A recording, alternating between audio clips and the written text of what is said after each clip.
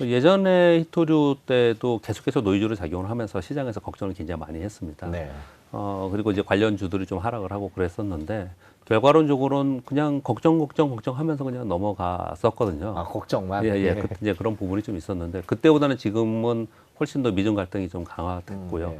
근데 이런 여러 가지 요인들이 우리가 세부적인 구체적인 내용을 하면은 고기에 국지적으로 얘기를 할 수 있지만 약간 정치적으로 보면은 그 내년에 선거가 있는 부분이 상당 부분 작용을 하고 있다고 생각을 합니다. 그런데 아무튼 요번에는 그때보다는 좀 강화된 상황 속에 있는 것이고요. 그 갈등 속에서.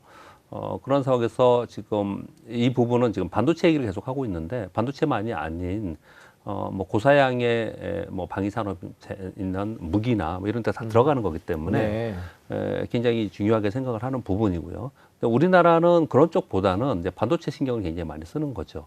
그런데 우리나라는 직접적으로 크게 영향을 받지 않을 것이라는 분석이 나오는 이유는 이건 이제 광물이 그러니까 기초 소재에 들어가잖아요. 네. 그러니까 기초 소재가 우리나라가 굉장히 강한 나라는 모르겠는데 상대적으로 좀 약해요. 네. 예, 기초 소재는 우리 그 뭐 통신 쪽도 그렇고 반도체 쪽도 그렇고 기초 소재 쪽은 사실은 미국이 가장 강하고 그리고 일본도 강하고 이런 쪽이 이제 강하거든요. 우리는 장비 부품에 상당히 강하고 그리고 완성품 메모리 쪽이 강한 상황이거든요. 근데 그러다 보니까 우리 상대적으로 단기적으로 영향이 좀 적다 이렇게 표현을 하고 있지만 사실은 조금만 시간을 더 길게 늘려 보면은 어떻든 기초 소재로 인한 장비들이 만들어지고 그것으로 인해서 완성품이 만들어져야 되는 거잖아요. 그러니까 소부장이지 않습니까? 장비 부품만 갖고 하는 건 아니니까. 네, 그렇죠. 예, 그러니까 그렇다면 미중 갈등 속에서 반도체 모든 어떤 부품들이 결합해가지고 완성품이 만들어지는 건데 어떤 제품이든지.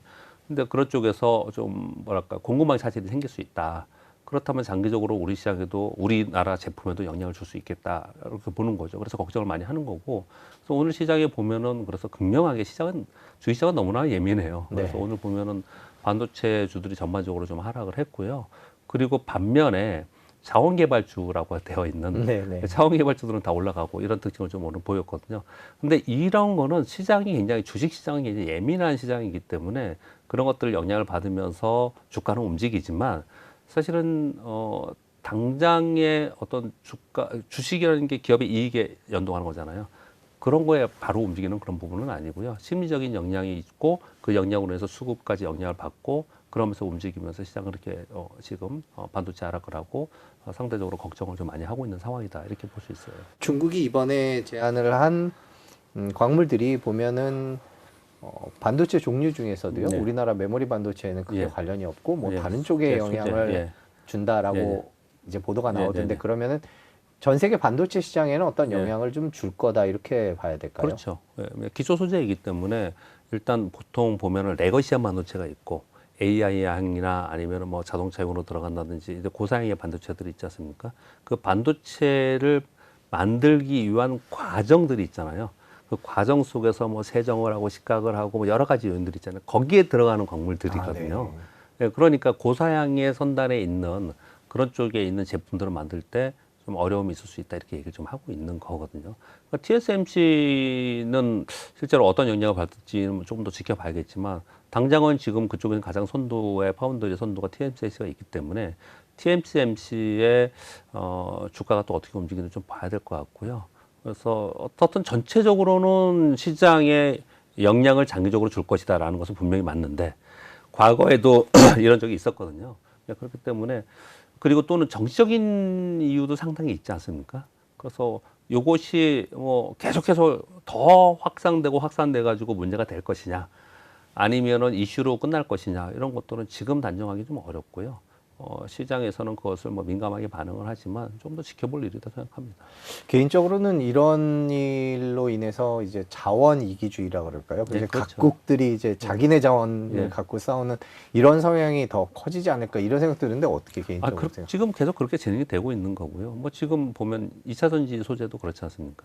2차 전지 소재에 들어가는 광물은 거의 대부분 우리나라는 거의 대부분 뭐 전 세계가 그렇지만 2차 전지는 우리나라 거의 탑에 있지 않습니까? CATL 빼고.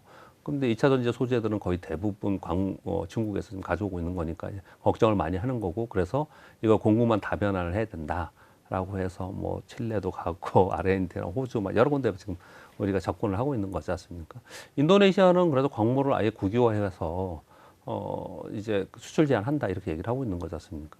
이건 계속 진행되고 있는 상황이고 이렇게 되는 것이 사실은 보면은 미중 간 또는 아니면 유럽과 러시아, 중동 그리고 중국 간에 계속 이념 갈등 뭐 또는 이런 갈등 속에서 벌어지는 일들이잖아요. 그러니까 이게 그냥 끝난다라고 하기 굉장히 어려운 부분이 있고 지금 우크라이나 러시아 전쟁도 사실은 굉장히 중요한 건데 좀 다른 얘기지만요.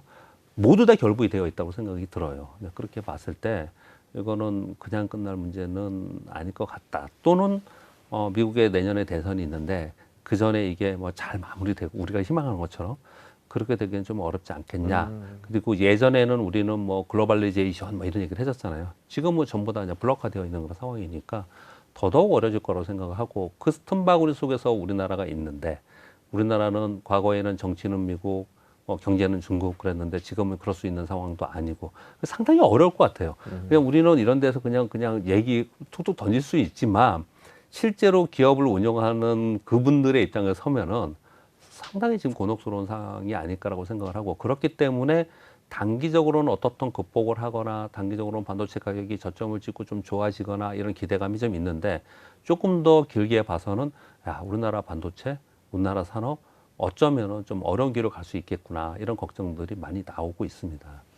그 중국이 얼핏 지금 얘기를 네. 해주셨습니다만은 중국이 지금 반도체와 관련된 네. 광물을 들고 나왔는데 네. 우리나라 또 리튬 전지, 네, 리튬 네. 같은 그런 2차 전지와 관련된 걸 네. 또 들고 나와서 또 네. 우리나라 걱정 이렇게 하게 만들 가능성에 대해서는 네. 시장에서는 어떻게 보고 있습니까?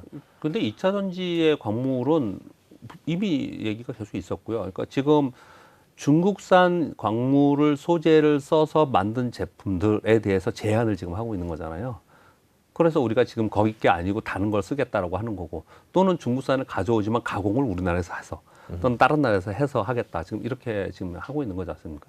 그런데 그게 한동안 걱정을 하다가 어떻든 요즘에는 그 걱정에 쑥 들어갔거든요. 네, 네. 그거는 왜 그랬냐면요. 미국도 중국산 광물을 완전히 배제하면서 우리는 독자적으로 가겠다라고 할 수가 없는 거예요.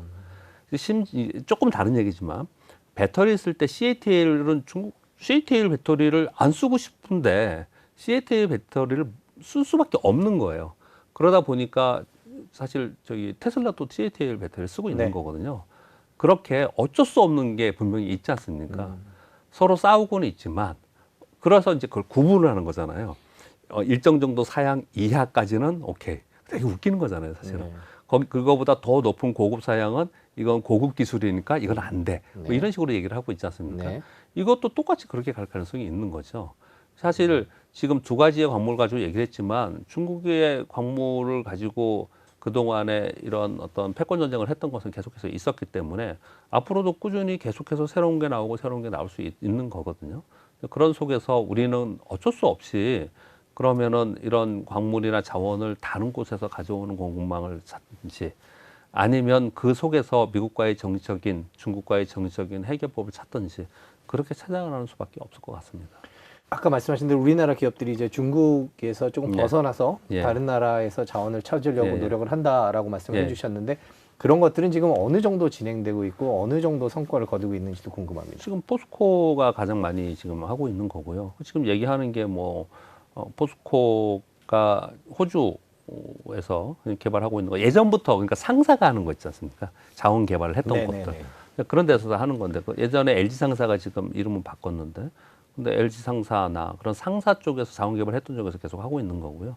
그리고 현대차 기아도 직접적으로 자기들한테 이게 네. 지금 이해관계가 있기 때문에 현대차 기아도 직접적으로 지금 뭐 인도네시아나 아니면 저쪽에 그 남미가 많이 있거든요. 남미 쪽에 많이 있고 그리고 호주 쪽이 있고 그래서 우리 그 이쪽 동남아시아 쪽에 보면 인도네시아에 있고 그쪽에 있잖아요. 이제 그쪽에 많이 있어서 거기하고는 어떻든 우리는 관계가 있으니 그쪽하고 자꾸 제휴해가지고 같이 공동 개발하고 이걸 지금 진행을 하고 있습니다. 그런데 그런 발표들이 뉴스에 많이 나오곤 있거든요. 그래서 그런 쪽의 발표를 들으면서 야 그러면은 이제 중국산에서 배제하고 우리는 이쪽에서 할 수 있겠다 이렇게 생각하실지 모르겠지만 실제로 그렇지 않아요. 실제로는 그렇게 개발하겠다라고 얘기를 하고 있는 거고요. 그리고 개발하는 그 과정이 시간이 꽤 걸리는 겁니다. 지금은 당장 써야 되는 거잖아요. 그렇죠. 예, 그러니까 당장 굉장히 곤혹스럽게 있는 거고, 당장은 좋은 걸 쓰고 있는 거예요.